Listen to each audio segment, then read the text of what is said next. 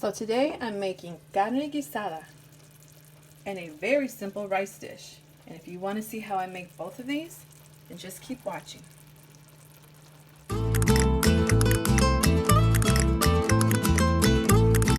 So for today's video, I thought I would make something Tex-Mex style, being that it is Selena's birthday today and she was the queen of Tejano music. So what better than to make a Tex-Mex dish? I have right here 1.5 pounds of beef stew meat, and I took 4 tablespoons of all-purpose flour, sprinkled it, mixed it around in there. And then here I have 1 tomato, a small piece of onion, half of a bell pepper, 2 garlic cloves, 2 teaspoons of whole cumin seed, small piece of serrano chile just to give a little bit of heat, some salt and pepper in here, and a teaspoon of chili powder. And all this is going to go into the blender, but right now I want to brown up the meat and then get all this together because it's going to be very delicious. So stick around and see how it turns out. So in my pan I have about 2 tablespoons of oil. I'm going to add in my beef stew. So while our meat is browning back there, let's get all this in the blender. We get a knife and cut the tomato in half. Get all this in here.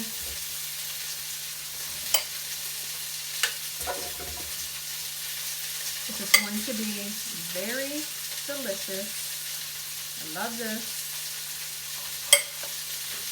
And you will love it too. 2 garlic cloves. I'm not using the molcajete today. I'm going to be a little lazy and put everything in here. Dump that in. Salt, pepper, chili powder. If you can get whole cumin, I highly recommend it. Why am I pointing the knife? I highly recommend it because it just makes it better flavored. Okay. So get the cumin seeds in there. If you can only get comino powder is fine, but I recommend the cumin seeds. Then I'm gonna add 1.5 cups of water. If I think I need more, I'll add more later. So let me get this blended up. So we can add it to the meat. Here I go. Want to make sure, if you do have the whole cumin seed and you do put in a blender, make sure it's really grind it up. Not whole, okay?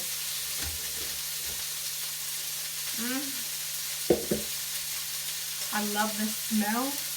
That I'm telling you, the cumin seed makes the difference in this dish. I could pour this over some ice, probably drink it. No way. Alright, let's go check on our meat so we can get this going. Because it does take about 1.5 hours to cook, so I want to hurry up. So our meat is brown. If you can see, it has that brownness on the top. This is going to be delicious. And that flour that we put on here is going to make the gravy that we're looking for. Okay, it's popping everywhere, so let's get our liquid in there.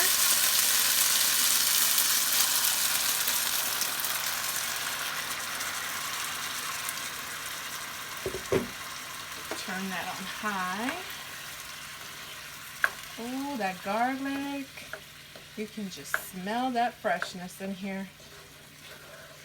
Let me taste it, see if it has enough seasoning.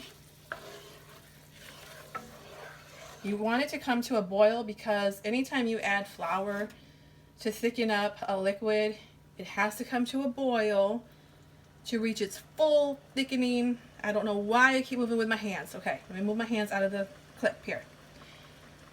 It has to come to a boil in order for it to reach its full thickening potential. I don't know, I remember that from Emerald years ago, okay? Back when Food Network used to be Food Network. Okay, let me taste this. I'm gonna give you guys a virtual smell though in the meantime. Oh, I can't wait. That's the hard part. It's gotta cook to become really, really tender. Oh my God. Mmm. Oh, I don't know. I always get it on point with that seasoning. I just know. You can just tell. Like, it's hard for me to measure because I don't measure. I just look at, and I can tell, okay, it's coming to a boil. Let me be quiet. We're gonna put it on simmer. We want to cook this slow and low for a good hour and a half. Look, it's already thickening already. So an hour and a half. And I'm also gonna make a side of rice, and this is a different way that I make rice. I do have a video where I make it a little bit more, you know, kicked up. I'm gonna make a simple rice right now while this is cooking. Okay, let me cover that up, and then I'll show you how I make my rice. Okay, so to my pan here, I have about 2 tablespoons of oil. I'm gonna put in 2 cups of rice. I don't rinse my rice. I never have. I know some people do. I mean, if you're the type that likes to rinse your rice, I mean, go ahead and do it, but this is how I've been doing it.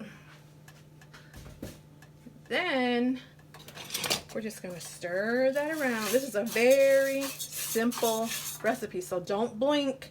Don't tap me either, you know, to pass, because this is a very quick recipe. I'm telling you. So we're gonna let the rice brown, and I'm gonna go get the 2 ingredients, well, actually 3, that you're gonna need for this. Yep.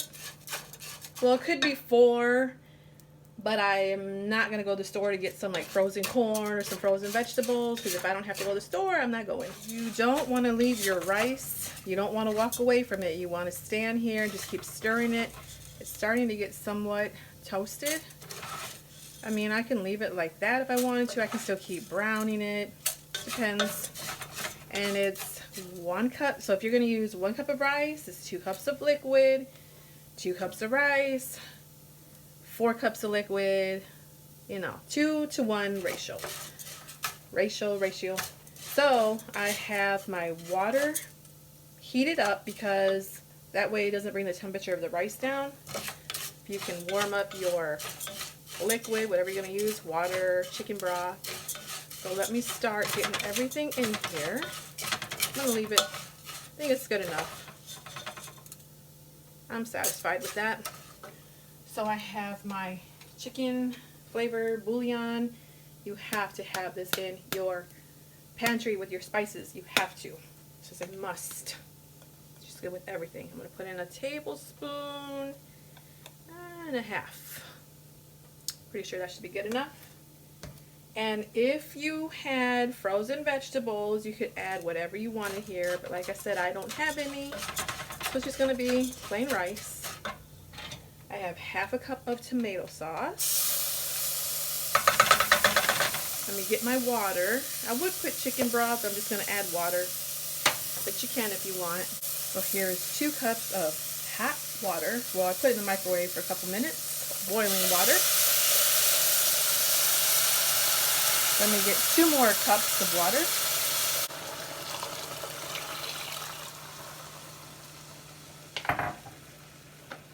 Give that a stir. Told you it was simple. Very simple, but tasty and good. See?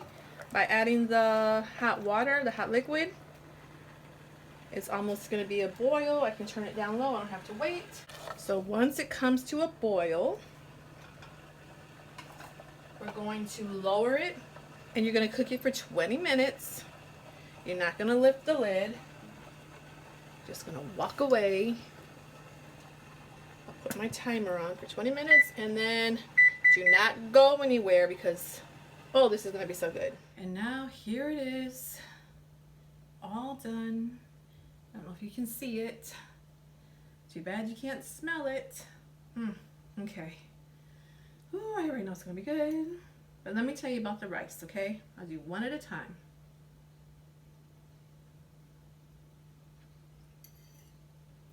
Okay, I'll take a bigger bite. Oh, that is good. It's fluffy. It's flavorful, which is those few ingredients. It's flavorful, I'm telling you, try it. Now for the meat. The carne guisada. Before I try it, keep stirring it, you know, because of the flour. Make sure it doesn't stick. If you want it a little bit more liquidy, add a little bit more water. If you like the texture or the consistency of it, you know, leave it as is. But let's give it a try.